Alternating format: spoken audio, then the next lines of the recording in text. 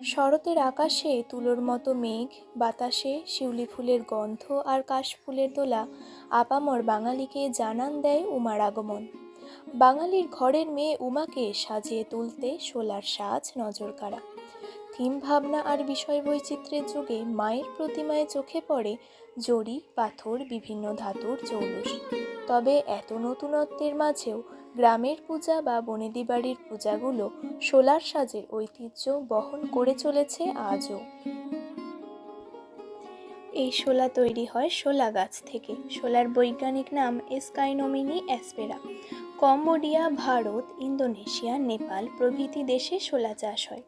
শোলার সাদা নরম কর্কি অংশটি কারুশিল্প, আলংকারিক শিল্পকর্ম এবং ধর্মীয় পূজার উপাচারে ব্যবহৃত হয়। ব্রিটিশ আমলে ভারতে ডাকযোগে শোলার সাজ আসত জার্মানি থেকে। দ্বিতীয় বিশ্বযুদ্ধের পর সাজ আসা বন্ধ হয়ে যায়। মাকে সাজানো নিয়েও সমস্যা দেখা দেয়।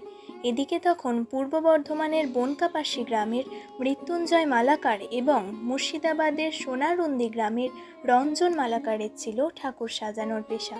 তাদেরকে সাহায্য করতেন মৃত্যুঞ্জয় মালাকারের স্ত্রী কাত্যায়নী দেবী। কথিত আছে, পুকুর ঘাটে স্নান করতে গিয়ে এক টুকরো শোলার দণ্ড ভেসে আসতে দেখেন কাত্যায়নী দেবী। সেটি ভাঙতেই বেরিয়ে আসে শোলার সাদা অংশ।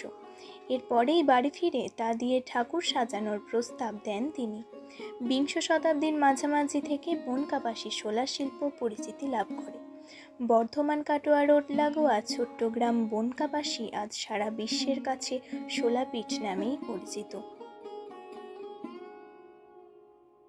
শোলাগুলো কোথা থেকে নিয়ে আসেন আপনারা? শোলা আগে বাইরে থেকে আনতাম, এখন গ্রামে আসে বিক্রি করতে আসে। লরিতে করে। আর সারা বছরের লাভটা কেমন হয়? লাভ এখন তো কাজের পরিস্থিতি হয়েছে, লাভের অংশ কম। কম। তাও সেই কুড়ি বাজার হয়ে গিয়েছে। আচ্ছা। আর এখানকার সোলার সাজ কোথায় কোথায় যায়?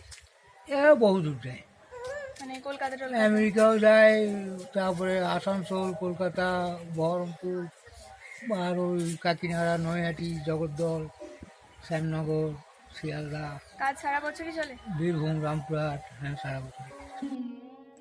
বনকাপাসী শোলা পৌঁছেছে মুম্বাই, অন্ধ্রপ্রদেশ, কলকাতা, আসামের দুর্গাপূজাতেও। শোলার অনন্য সুন্দর কাজের জন্য 3টি রাষ্ট্রপতি পুরস্কার সহ একাধিক পুরস্কার রয়েছে বনকাপাসী গ্রামে। প্রথম রাষ্ট্রপতি পুরস্কার পান আদিত্য মালাকারের বাবা আশিস মালাকার এবং ঠাকুমা কাত্যায়নী দেবী। পরবর্তীতে আদিত্য মালাকারও রাষ্ট্রপতি পুরস্কার লাভ করেন। বনকাপাসীর প্রায় 100টি পরিবার শোলা শিল্পের সঙ্গেই যুক্ত। কলকাতা, কৃষ্ণনগর, নৈহাটি থেকে শোলা শিল্পীরা শোলা সংগ্রহ করে তাদের হাতের সূক্ষ্ম কাজের দ্বারা তৈরি করেন অনন্য সুন্দর সব শোলার সাজ। শোলার সাজ তৈরিতে রং, জরি, চুমকিও ব্যবহার করেন। প্রত্যেক বছর 5,000 থেকে 1 লাখেরও বেশি দামের সাজ তৈরির অর্ডার আসে। তাও কত টাকার মতো অর্ডার আসে? মানে শুরু হয় কত টাকা থেকে? শুরু আগে তো বেশি ছিল না, হয়তো 1 লাখ, 1.5 লাখ। এখন মোটামুটি সিজনে ওই হয়তো 1,05,000 টাকা অর্ডার করতে পারি। তবে থিম ভাবনা এবং নতুনত্বের ভিড়ে শোলার সাজের চাহিদা কিছুটা ফিকে হলেও শেষ নয়। জানবাজারের রানী রাসমণির বাড়ি হোক বা শোভাবাজার রাজবাড়ির প্রতিমা, আজও সাজানো হয় ডাকের সাজ দিয়ে। তাই সাবেকিয়ানাকে আঁকড়ে ধরে নিজেদের শিল্পকে আজও টিকিয়ে রেখেছেন বনকাবাসীর মতো বাংলার আনাচে কানাচে ছড়িয়ে থাকা মালাকার তথা শোলা শিল্পীরা।